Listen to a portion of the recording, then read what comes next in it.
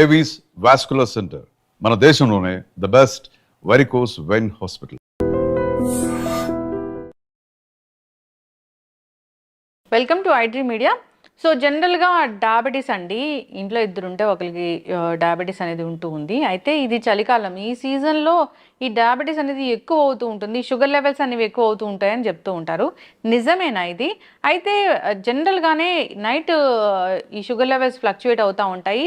So తీసుకునే ఆహారంలో జాగ్రత్తలు తీసుకోవాలి, డిన్నర్లో చాలా జాగ్రత్తలు తీసుకోవాలని చెప్తూ ఉంటారు. దీనిలో వాస్తవం ఎంత, పూర్తి వివరాలు తెలుసుకుందాం. ఈరోజు మనతో పాటు ఉన్నారు ప్రముఖ internal medicine specialist doctor Rajesh Chukkala గారు.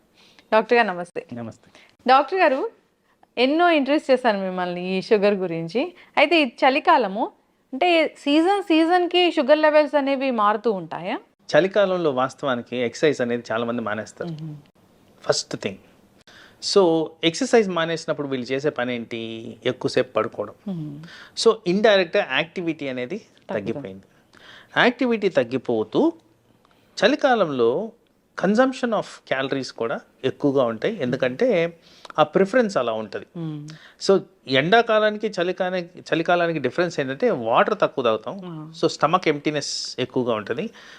సమ్మర్లో ఎక్కువ వాటర్ తాగుతాం, స్టమక్ ఫుల్నెస్ ఎక్కువ ఉంటుంది. సో ఆ కారణంగా ఇంకొద్దిగా ఎక్కువ తినడం అనేది సహజంగా జరిగే అంశం.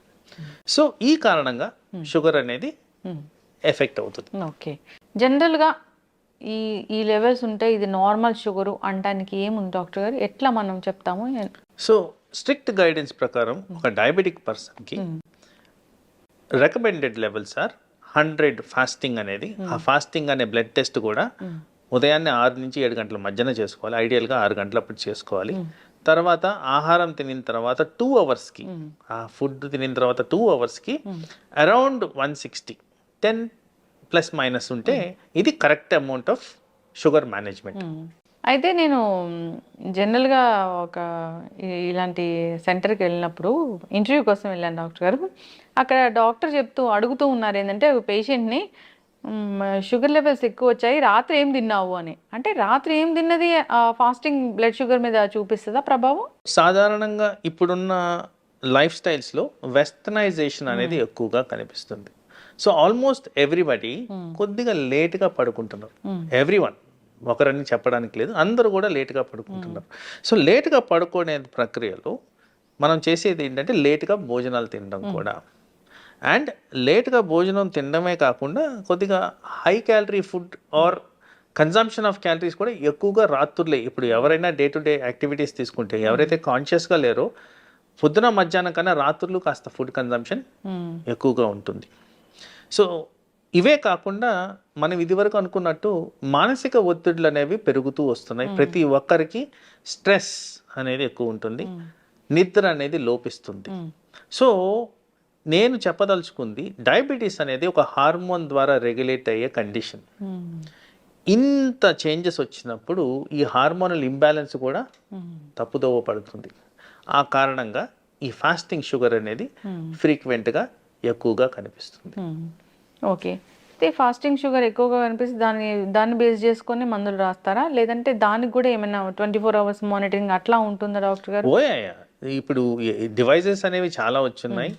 ఇప్పుడు కంటిన్యూస్ బ్లడ్ షుగర్ మానిటరింగ్ అనేది చాలా కామన్గా వాడుతున్నాం. దీన్ని CGM అంటాం. ఈ CGM అనేది ఇప్పుడున్న అవైలబుల్ డివైజెస్లో కనీసం 14 రోజుల వరకు కంటిన్యూస్గా మానిటర్ చేసే విధంగా ఉంటుంది. ఏ టైంలో ఎక్కువ అవుతుంది, ఏ టైంలో తక్కువ అవుతుంది అన్ని డేటా చూపించేస్తూ మీకు అలారమ్స్ ఇస్తూ కూడా ఇది ఫంక్షనింగ్ అనేది జరుగుతుంది. సో అలాంటి దాన్ని డేటా తీసుకొని మేము ఈ లెవెల్స్ అనేవి అడ్జస్ట్ చేయడం జరుగుద్ది. ఈ ఒక్కరోజు పెరిగిందా, 10 రోజులు పెరిగిందా, కంటిన్యూస్గా ఎక్కువ ఉందా అనే దాన్ని బట్టి మనం మెడిసిన్ ఎలా విధంగా అడ్జస్ట్ చేయాలనేది. ఎందుకంటే ఇక్కడ జస్ట్ షుగరే కాదు, అసోసియేటెడ్. ఇప్పుడు సపోజ్ నిద్ర లోపించిన వల్ల షుగర్ పెరిగినప్పుడు నేను నిద్రని టార్గెట్ చేయాలి, కానీ షుగర్ని కాదు టార్గెట్ చేయాల్సింది. సో ఏదైతే టార్గెటెడ్ ప్రాబ్లం ఉందో దాన్ని ఓరియంటెడ్గా ట్రీట్మెంట్ అనేది జరుగుతుంది. ఏది దీన్ని ట్రిగర్ చేస్తుంది అనేది దాని బేస్డ్, దాన్ని తగ్గించుకుంటే షుగర్ అనేది కంట్రోల్.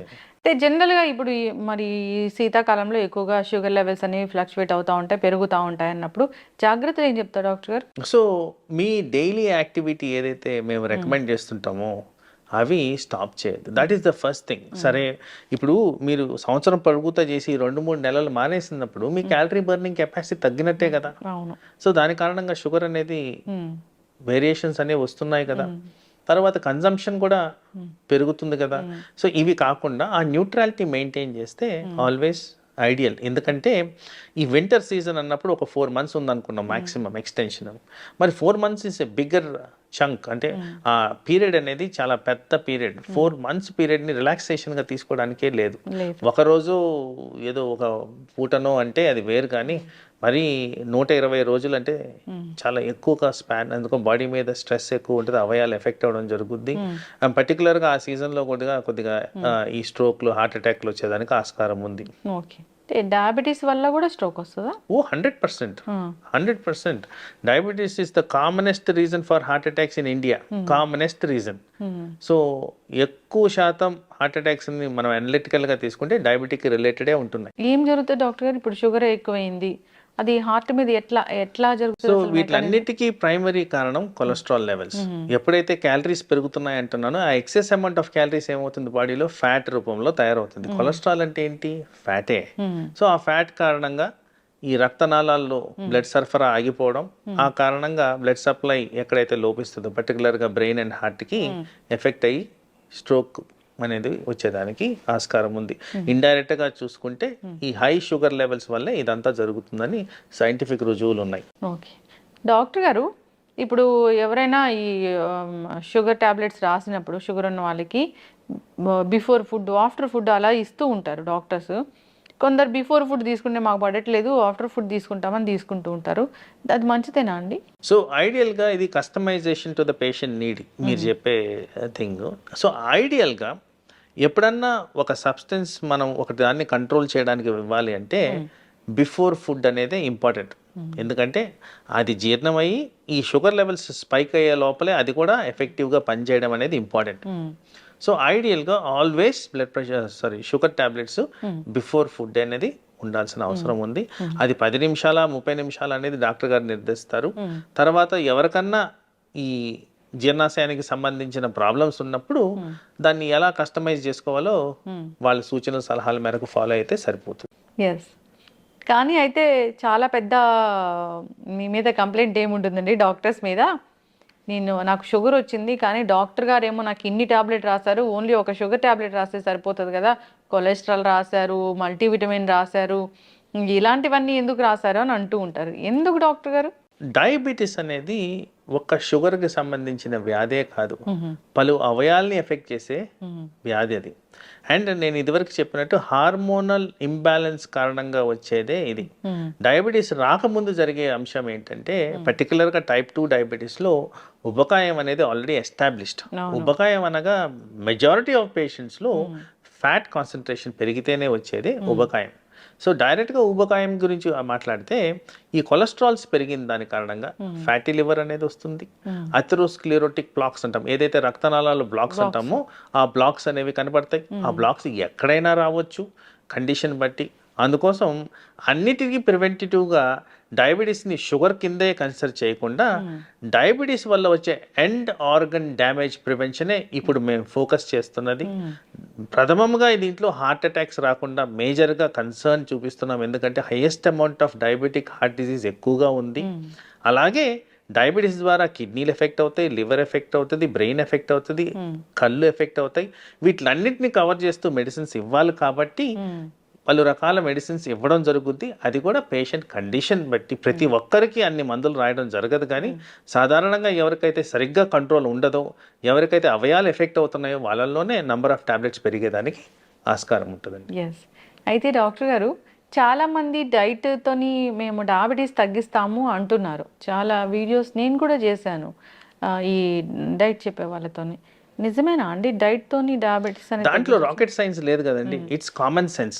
మనము ఈ షుగర్ ప్రొడ్యూసింగ్ సబ్స్టెన్సెస్ తినకపోతే ఇంకా షుగర్కి ఎందుకు మనం ట్రీట్మెంట్ ఇవ్వాలి? అది దాంట్లో పెద్ద నాకు ఆశ్చర్యం కూడా లేదండి. బేసిక్లీ మీరు షుగర్ డిప్రైవ్డ్ ఫుడ్ కానీ తింటే మీకు మెడిసిన్ అవసరం పడదు. Okay. So as it is ఇప్పుడు ఒక ఫ్యాట్ కంటెంట్ తిందాం అనుకోండి, ఫ్యాట్ ఒక్కటే తిన్నప్పుడు మీకు షుగర్ లెవెల్స్ పైకే కావు. ఎక్కడైతే కార్బోహైడ్రేట్ కాన్సన్ట్రేషన్ పెరుగుతుందో అక్కడే మనకి షుగర్ లెవెల్స్ స్పైక్ అవుతున్నాయి. ఈ డైట్ అనేది సాధారణంగా మనం అందరం కూడా రైస్ తింటాం. రైస్ కారణంగా షుగర్ స్పైక్ అవుతుందని ఎస్టాబ్లిష్డ్ ఫ్యాక్ట్. అవును. దీంట్లో కూడా చాలా వ్యత్యాసం ఉందండి. ఈ సోనా మసూరికి బాస్మతి రైస్ కూడా చాలా తేడా ఉంది. సో ప్రతి రైస్ లోనూ షుగర్ లెవెల్స్ పెంచే తత్వం ఉంది. రైసే కాదు, ప్రతి సబ్స్టెన్స్ లైక్ చపాతి, వీట్, ప్రతి దాంట్లో ఉంది ఆ తత్వం. సో అందుకోసం మనం తినే కన్జంప్షన్ ఎంత ఉంది, మన బాడీలో ఎలా ఇన్సులిన్ సెక్రీట్ అవుతుంది, ఇలాంటి వాటి కారణంగానే ఈ షుగర్ అనేది రెగ్యులేట్ అవుతుంది. సో ఇది రెడ్యూస్ చేస్తున్నారంటే ఆఫ్ కోర్స్ వాళ్ళు కానీ కార్బోహైడ్రేట్స్ మానిపిస్తే అవసరం ఉండదు, దాంట్లో పెద్ద డిస్కషన్ లేదు కదండి. అంటే సైంటిఫికల్ గా అది ప్రూవెన్ అయిందా లేదా అట్లేం లేదు. డయాబెటీస్ ఉన్న వాళ్ళు డైట్ కూడా పాటిస్తూ మందులు వాడాల్సిందేనా? అంటే కార్బోహైడ్రేట్స్ తినకపోతే మందులు వాడాల్సి వస్తుంది. మరి అది కార్బోహైడ్రేట్ రిలేటెడే ఉంటుంది అది. అది చాలా అంటే కన్ఫ్యూజన్ ఉంది డాక్టర్ గారు. ఈ డైట్ తీసుకోమంటారు, డయాబెటీస్ తగ్గిస్తామంటున్నారు. ఒకవైపు డాక్టర్లు ఏమో మందులు కూడా వాడాలి, ఈ డైట్ కూడా పాటించాలని చెప్తారు. ఇప్పుడు నేను మీకు ఎగ్జాంపుల్ చెప్పాను. ఇప్పుడు ఓన్లీ ఫ్యాట్ తినమని చెప్తాను. ఓన్లీ ఫ్యాట్ తినమంటే దానికి వచ్చే అనర్థాలు నేను మిమ్మల్ని అడుగుతాను. ఇప్పుడు మీరు చెప్పండి, ఒక కామన్ పర్సన్ లాగా ఎక్కువగా ఫ్యాట్ తింటే ఏమవుద్దండి బాడీలో? యూరిక్ యాసిడ్ లెవెల్స్ పెరుగుతాయి. యూరిక్ యాసిడ్ వల్ల కిడ్నీలు డ్యామేజ్ అవుతాయి, కొలెస్ట్రాల్ పెరుగుద్ది. కొలెస్ట్రాల్ కారణంగా మన బాడీలో అవయాలన్నీ దెబ్బతింటాయి. మరి ఇవన్నీ ఎఫెక్ట్ అవుతున్నప్పుడు మరి వాటిని ఎవరు మానిటర్ చేయాలి? సో బ్యాలెన్స్డ్ ఫుడ్ అనేది ఇంపార్టెంట్. సో ఎప్పుడో ఎస్టాబ్లిష్ అయిన ఆల్గోరిథం ఏంటంటే balanced food, adequate amount of nutrients, adequate amount of carbohydrate, adequate amount of fat and protein అన్ని కలిపి ఉన్నవే అది బ్యాలెన్స్ డైట్. అయితే కస్టమైజేషన్ మన కంట్రీలో ఎక్కడ జరుగుతుందంటే కార్బోహైడ్రేట్ మనకి బాడీకి సూట్ కావట్లేదు. ఎందుకంటే ఏషియన్ సబ్సెట్ ఆఫ్ పాపులేషన్ లో ఒక టైప్ ఆఫ్ జెనెటిక్ పాపులేషన్ ఉంది, దీంట్లో షుగర్ కి సెన్సిటివిటీ ఎక్కువగా ఉంటుంది, వీళ్ళలో డయాబెటీస్ ఎక్కువగా వస్తుందని ఎస్టాబ్లిష్డ్ ఫ్యాక్ట్. ఇప్పుడు ఈ పర్సన్ వెళ్ళి మెడిటేరియన్ డైట్ కానీ తింటే, మెడిటేరియన్ డైట్స్ అంటే fibre, natural fruits, vegetables and nuts ఉన్నది తింటే మీకు డయాబెటీస్ అనేది డెఫినెట్లీ అదుపులోకి వస్తుంది. సో ఇవి మీరు కన్సిడర్ చేసుకుంటే దీంట్లో ఎక్కడ మీకు కార్బోహైడ్రేట్ సోర్స్ ఉందండి? ద మేజర్ కెలామిటీ మన దగ్గర జరిగేది consumption of rice in highest amounts. అది తగ్గించుకుంటే మనకి డెఫినెట్ గా షుగర్ కంట్రోల్కి వచ్చేస్తుంది. ఇన్ని నెంబర్ ఆఫ్ టాబ్లెట్స్ కూడా అవసరం పడదండి. So rice related components or carbohydrate components కానీ తగ్గించుకో విధంగా మనం డైట్ ప్లాన్ చేసుకుంటే డెఫినెట్గా మీకు డయాబెటిక్ అండర్ కంట్రోల్ వస్తుంది. ఓకే డాక్టర్ గారు, ఇన్నేళ్ళ ఎక్స్పీరియన్స్ మీది, ఎంతో మంది పేషెంట్స్ని చూసుంటారు. ఇప్పటి వరకు జనరల్గా ఈ చూసిన వాళ్ళలో ఎవరికైనా పూర్తి స్థాయిలో మందులు మాన్పించాము, షుగర్ అనేది రివర్స్ అయిపోయింది అనేది ఉందా? జనరల్గా చెప్తారు ఏంటంటే షుగర్ వచ్చిందంటే జీవితాంతం మందులు వాడాల్సిందే అంటారు. రివర్స్ అయ్యాయండి ఎవరికన్నా? సో ఇక్కడ చాలా ఇంపార్టెంట్ క్రిటికల్ క్వశ్చన్ మీరు అడిగింది, చాలా ప్రాక్టికాలిటీ ఉన్న క్వశ్చన్. సో ఇక్కడ చాలా మందికి అర్థం కావాల్సింది ఏంటంటే diabetes is a progressive condition. ఒక్కసారి డయాబెటీస్ డిటెక్ట్ అవుతుందంటే ఆ ఇన్సులిన్ ప్రొడక్షన్ అనేది బాడీలో 50% తగ్గిపోయిన తర్వాత ఇది వస్తుంది. సో ఆ ప్యాంక్రియాటిక్ గ్లాండ్లో డ్యామేజ్ జరిగి లెస్ అమౌంట్ ఆఫ్ ఇన్సులిన్ కారణంగా ఇది ఎఫెక్ట్ జరుగుద్ది. రెండో విధమైన ప్రాబ్లం ఏంటంటే ఉబకాయం కారణంగా ఆ రిక్వైర్మెంట్ ఆఫ్ ఇన్సులిన్ లోపించి దానివల్ల కూడా మనకి షుగర్ లెవెల్స్ ఆల్టరేషన్స్ వస్తాయి. సో వీటిని రివర్స్ చేయగలిగితే అంటే ప్యాంక్రియాటిక్ డ్యామేజ్ ని రివర్స్ చేయలేం, బట్ ఉబకాయాన్ని రివర్స్ చేయొచ్చు. ఎవరికైతే రివర్స్ చేయగలుగుతానో వాళ్ళలో టెంపరీగా రిక్వైర్మెంట్ ఆఫ్ మెడిసిన్ అనేది ఉండదు. ఎందుకు టెంపరీ అంటున్నానంటే ఏదైతే ప్యాంక్రియాటిక్ డ్యామేజ్ జరిగి 50% ఆఫ్ ఇన్సులిన్ లాస్ అయిందో అది న్యాచురల్ గానే తగ్గుతూ వస్తుంది. Over a period of 20 years complete గా ఇన్సులిన్ అనేది డిసపేర్ అయిపోద్ది. Variable from person to person. Complete గా డిసపేర్ అయినప్పుడు కంపల్సరీ మనం మెడిసిన్ అనేది ఇవ్వాల్సిన పరిస్థితి. కంప్లీట్ గా జీరో అయిన insulin levels in the body అంటే మనం బయట నుంచి ఇవ్వాల్సిన అవసరం. ఎస్, ఖచ్చితంగా డాక్టర్ గారు. షుగర్ గురించి ఇంకా చాలా క్వశ్చన్స్ ఉన్నాయి. సో మనం ఈ సిరీస్ అనేది కంటిన్యూ చేద్దాము. షుగర్ గురించి ఏదైనా ఇబ్బంది పడుతున్న వాళ్ళు, టాబ్లెట్స్ గురించి కావచ్చు, ఇంకా ఏదైనా డౌట్స్ ఉంటే ఒకసారి మిమ్మల్ని కాంటాక్ట్ చేయాలని కోరుకున్నామండి. చాలా చక్కటి ఇన్ఫర్మేషన్. ధన్యవాదాలు. నమస్తే.